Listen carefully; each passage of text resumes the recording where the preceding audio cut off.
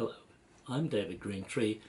What follows is a sermon I gave 4 years ago in 2013. Listening to it, it's not one of my most articulate sermons, but it is on an important topic and one which is vital today. I read the best evangelical commentaries on Revelation 13 and used that study to make this sermon. So while it is rather halting, what it says is really sound doctrine, and doctrine we're going to need.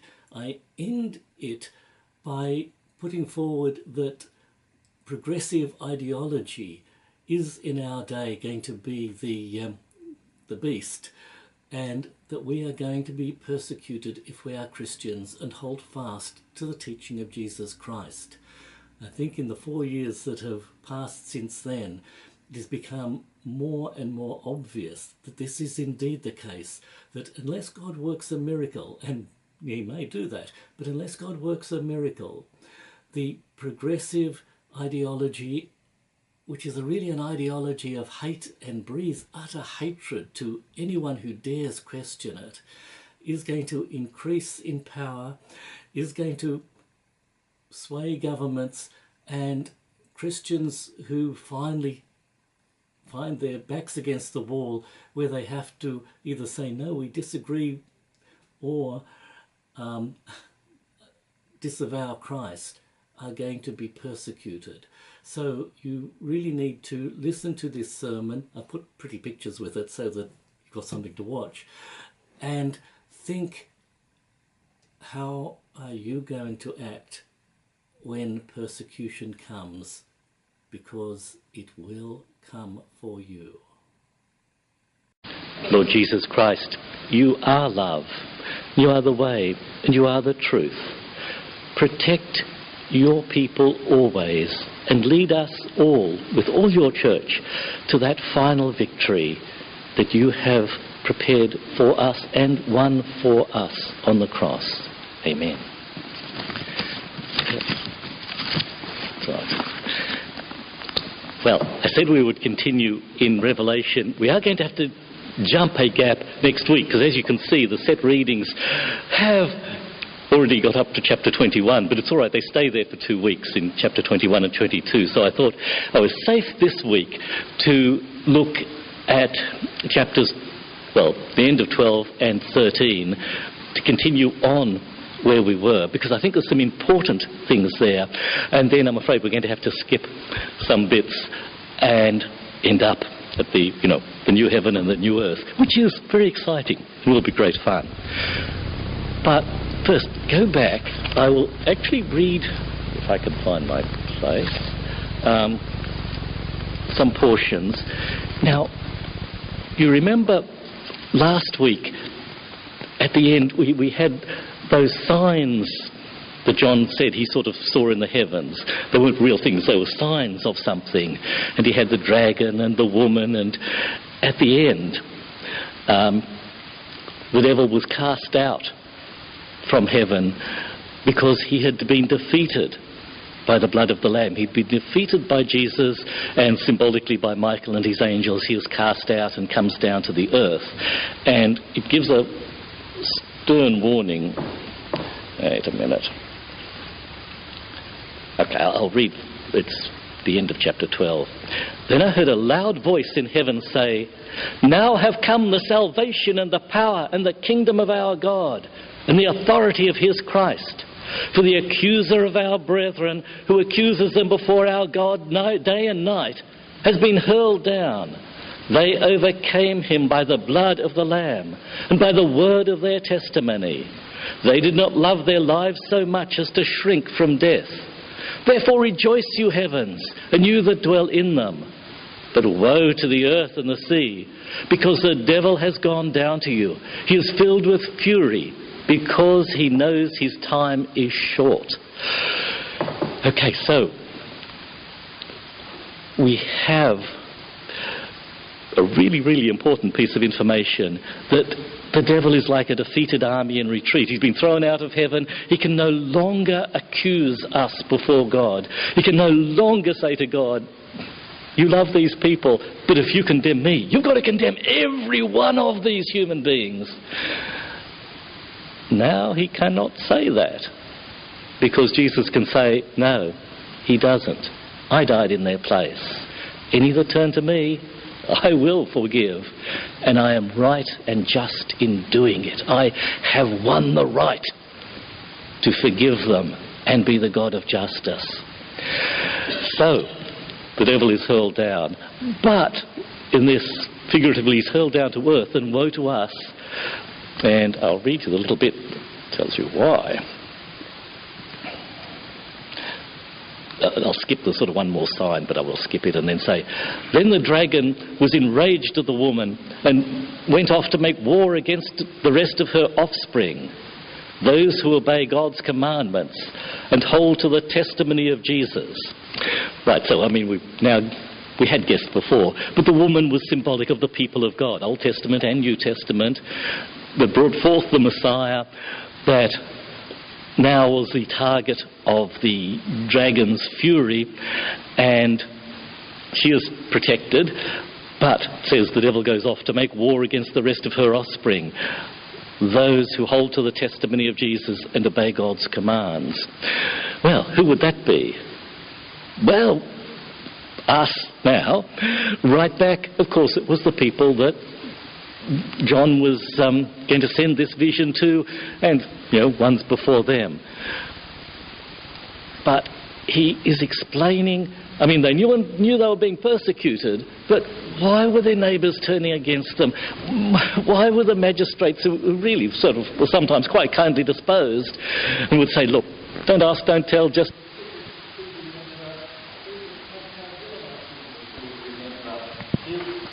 One of his visions there, he saw 4 beasts.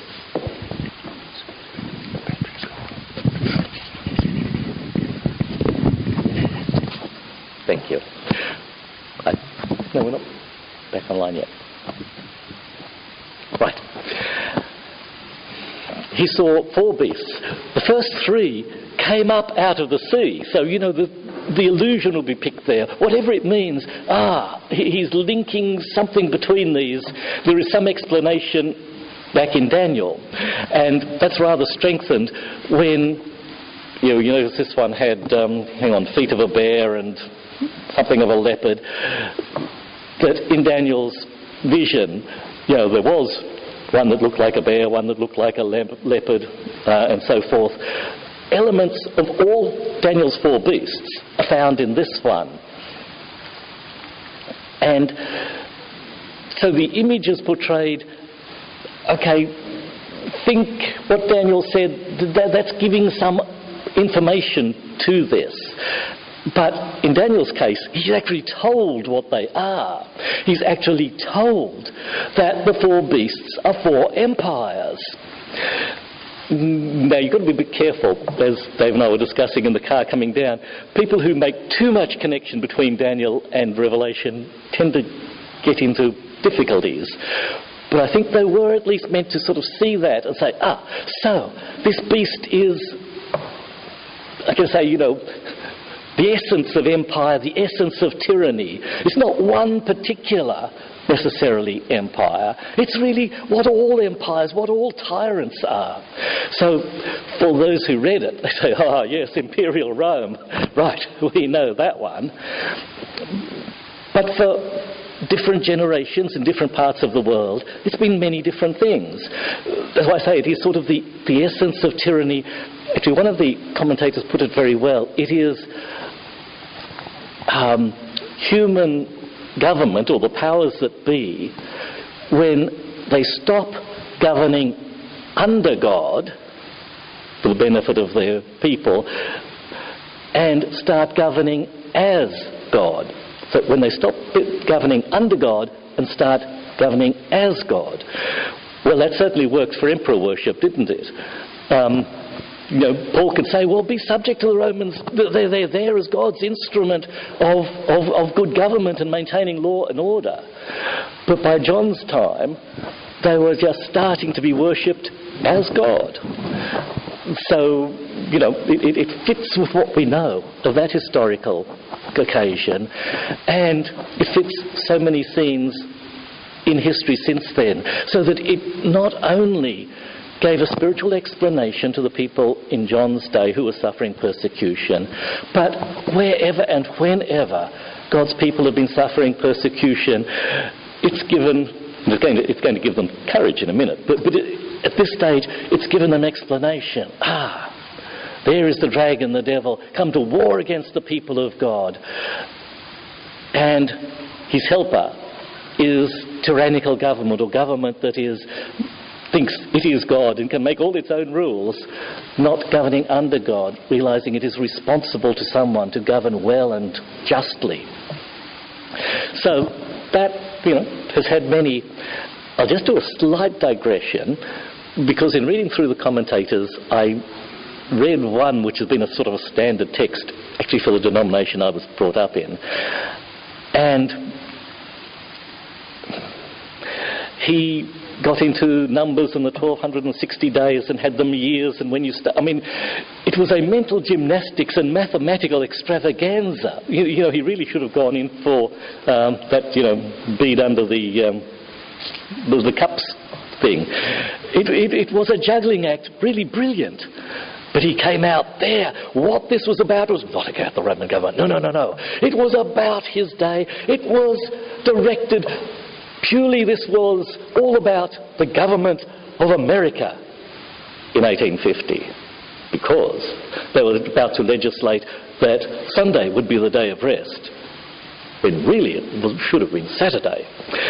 Okay, when we look, and he was actually a very Christian guy, a very lovely guy, but, okay, to try and juggle numbers and go too deep in this, you get silly answers, which is what I said very early on. Get close to the television and all you see is dots. Stand back and you see the picture. Don't try and sort of juggle numbers and think what it is. Look at the big picture. And yes, in every place, in every age, wherever it is possible, the devil will act through government gone wrong. Okay, there's more. Wait a minute. Except I've lost it. We now have beast out of the earth. And once again, this is slightly puzzling at first. Then I saw another beast coming out of the earth. He had 2 horns like a lamb and spoke, but he spoke like a dragon. He exercised all the authority of the first beast on his behalf, and made the earth and its inhabitants worship the first beast, whose fatal wound had been healed. And he performed great and miraculous signs, even causing fire to come down from heaven to earth in full view of men. Because of the signs he was given power to do on behalf of the first beast, he deceived the inhabitants of the earth. He ordered them to set up an image in honour of the beast who was wounded by the sword and yet lived. He was given power to give breath to the image of the first beast, so that he could speak, and to cause all who refused to worship the image to be killed. Just do that bit for a minute. Okay. This beast looks like a lamb, but talks like a dragon. The most plausible explanation from all the commentaries, most plausible and likely, is just as the first one was human government pretending to be God, this was human religion pretending to be God's religion. It looked like a lamb. It looked, like I said, well, in later things, looked like Christianity. It wasn't. It was human and went wrong. And one of the ways it went wrong was to support human government gone wrong and to give it the religious sort of undergirding that it needed. No, I mean, it's just a matter of sort of, I suppose, anthropology, that from time immemorial, governments have really wanted sort of a religious backup, a religious support, a religious legitimation. I mean, you think back to the story of Joseph in Egypt. You know, Pharaoh needed the support of the priests. So, of course, he married Joseph off to the daughter of the high priest of their religion, you know, to sort of make sure there was a bit of a link there and that you didn't get let down. It's just sort of that's how human things have worked. So in this, there is a symbiotic thing between human government and human religion, that they are birds of a feather. They understand each other, and the human religion gives the support to the tyrannical or the power gone wrong, and enforces with a rigour that possibly even the tyrant would not have gone to. The false religion kills any that do not worship the image of the beast. And then there's a little bit more. Hang on. He being the beast from the earth. He also forced everyone small and great, rich and poor, free and slave, to receive a mark on his right hand or on his forehead, so that no one could buy or sell unless he had that mark, which was the name of the beast or the number of his name. This calls for wisdom. If anyone has insight, let him calculate the number of the beast. It's a human number. His number is 666. Okay, that would have really struck a chord with the people in John's day. You didn't worship in the pagan temples with the crafts guilds. You had no work. You didn't have the certificate that you had sacrificed to the emperor. You know, you didn't work, you possibly didn't live. You were an outcast of society. So they were not likely to think of, all right, some of the modern ones have had, the mark is a microchip that a world go. No, look, please do not go there. John was not writing about microchips. He was writing something that was happening to his people then that they understood. It was whatever distinguished you in mind, in what you did. You know, it distinguished you as belonging to the human government, the human religion. And without that, you were going to be a social outcast. In their day, yes, as I said, it was worshipping with the guilds and being a member, having your certificate of having sacrificed. Dave and I were talking about the Tokugawa shogunate in Japan, which for various complicated reasons decided to exterminate Christianity. And this is sort of 1600 onward to about 1650, actually on to 1860. There were at the beginning probably about 300,000 Christians. And as I said, the reason is not important, but the shogun decided that they would be exterminated, and the lucky ones were exported to places like Manila. The less lucky were killed in really very horrible ways. But as that progressed, in order to be able to do anything, you had to have a certificate of affiliation with a Buddhist temple. If you didn't have that certificate, you were out. And thousands and thousands of Christians died of starvation because they were off their land. There was nothing. They couldn't buy or sell. They didn't have the mark of the beast. They didn't have the certificate that showed that they were loyal to the shogun and not Christians. So, you know, this mark of the beast can be anything. Can be anything that marks you out, that you are loyal to the human government, you are loyal to the human religion, and you've turned your back on God. But how, I'm going to say, in all of those things, how tempting to just get it. Oh, your certificate that you just put a pinch of snuff on an altar and you really didn't believe anything. Oh, that certificate that you've been a good lad and turned up to the Buddhist temple. You think, what does it matter?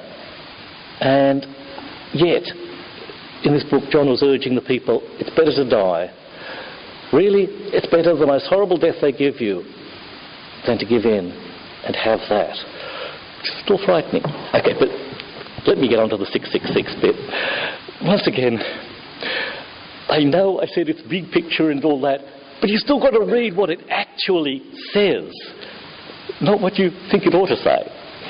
Now, people go into, I was about to say raptures, but probably that's not a good word. The most fanciful things of working out what 666 could mean, and really the ingenuity that goes into it is utterly amazing. If they put that to making money, no, okay.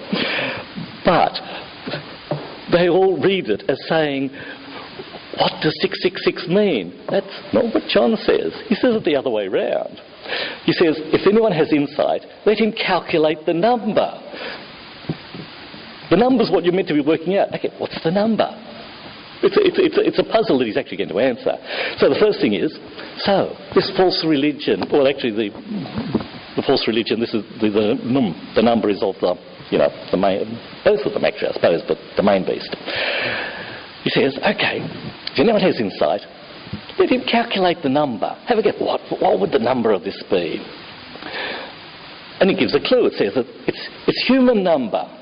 Then he gives the answer. He tells us the answer. There's no puzzle. His number is 666. Now, we've all noticed that everything in this book goes in sevens, right? I mean, you can't get away from the 7 bit. So, 6666, well, it's one short of a 7, sort of brick short of a load, as people used to say. In every dimension, this is just falls short of the glory of God. And you suddenly think, yes, the second beast looks like a lamb. In later times, boy, it could look just like Christianity, but it's not. First thing is it speaks like a dragon, and it works for the dragon, and the other is it's human. It looks like the real thing, but it's the human equivalent. It's the human, almost parody, but human imitation, and it misses. Every way it is inadequate. So you say, all right, what benefit can this be to us? We are not actually being persecuted, which is lovely. Well, I was putting my mind to this, and a few things came to mind, which I'll offer to you, that seem to strike me. The fact that the dragon is trying to make war on the people of God, and that these two helpers are working with it. When we look back in history, one thing you find people throw up at you and say, oh, well, how can you say Christianity is anything? Well, look at what was the Spanish one? The Inquisition. Look at the losing my words, the one where they tried to conquer Palestine, Crusades. And look at this, that and the other. And the catch is you do and you think, yeah, well, that was pretty... We've just been learning about love. You say, well, they didn't understand God's love, because when you read this you think, aha, perhaps I have an explanation. But for then, that was the human religion. That was, I guess, the devil's cuckoo in the nest. They managed to kick out the ones who really believed in God, who practiced love, and the cuckoo kicks the other chicks, the real chicks, out of the nest, and it's the only one, and the birds just don't notice. They keep feeding it, and this thing gets bigger, bigger and bigger, till it's bigger than the adoptive parents. And all the time they've been feeding the bird that actually killed their own young. But in all these things that we see, yes, they are the devil's plants. They looked Christian. They might have called themselves popes or bishops or holy crusaders or whatever they called. But they were the human imitation. And it all went really nastily wrong. Not only in their day, but of course in discrediting the real people of God. Because people say, well, but if that's what Christianity does... But no, that's not what God's people do. But it is certainly what human religion, calling itself Christianity, did when God's people were infiltrated by these influences. And I was thinking, all right, what about us here? Is there anything we say, well, no, we're not getting persecuted, there's nothing happening. But is there anything we should be on the qui-vive for? Is there anything we should be looking and saying, okay, what could happen? You've got to be a bit careful with that. But it struck me, and I just tell you what strikes me, that we're seeing possibly more in Europe, where sort of the church is having a pretty hard time, a bit in England where it's sort of having a hard time, and I dare say sort of flowing on, but sort of a movement. A number of the commentators said of the second beast that, it was false religion, and you could go beyond that. It was sort of ideology. It was anything that gave support to the first beast, and was the human imitation of God's way of doing things. That we are seeing this ideal of a human utopia, and it will be excessively attractive to Christians, because it looks like a lamb. It looks so Christ-like. The things that they are campaigning against, we say, well, yes, as Christians we support that, and we do, or we should. And the picture that they are yearning for when people act this way and that and do that, we say, well, yes, as Christians we think that's good. But there comes a time when we suddenly see, hold on, but that's the human way. That's the human way of achieving that. That's not God's way of achieving that. We know from the past that's going to go horribly wrong, and it's going to come to a point where it's sort of, we will really have to part ways. And actually one thing that sort of put me onto this was noticing that those who sort of, you see it particularly in England and Europe, but coming in Australia, that are of this, I don't even sort of know what to call it, but this ideology. Christians, with people who disagree with us, well, we show love, we show kindness. We'll argue, we'll sometimes just accept that they disagree. One parish I was in, we had a delightful chap. Now, he made no secret of stuff that he really actually didn't believe in God, and he couldn't understand all this Christian thing. No one threw him out. No one looked down on him. We'd have loved him to come to believe in that, but he was given love, kindness, inclusion, all those things. Yet in sort of the new religion, the new ideology, if you don't believe everything, you're dead. There is no mercy, there is no love. You break the taboos, that's it. But to me, that was one of the things that made me think, that does seem to be makes you think that this is actually an instantiation of that second beast in the Western world in our day. And so I just offer that to you and say, okay, with all the ideologies that sweep over you, and particularly ones where you say, well, yes, as a Christian I really ought to think that. That's good. But then think, okay, but is this God's way of solving this problem? Or is this a human, are we looking to God's heaven at the end of this, or to a human, dream of utopia that will, in fact, be rather ghastly? Okay, just to end off, I want to sort of jump over that. We had in our readings, we get ta-dam, ta-dam, the new heaven and the earth. Well, even in this part, back in chapter 14, our next vision is of the Lamb and the 144,000, which was all of us, all of God's people from one end of history to the other, in every country, of every tribe, language, everyone who's put their trust in him. That after the visions of the beasts causing havoc, causing trouble, we are given the beatific vision here in heaven. For those who overcame, for those who didn't receive the mark of the beast, for those who stood firm, here is unending glory, unending joy. Just to say, it looks bad at the moment, and it looks like the devil's winning, but he's not. He's an army in retreat just causing havoc. Have your patient endurance, your faith in Jesus, your loyalty to him, and you will see his triumph and share in it.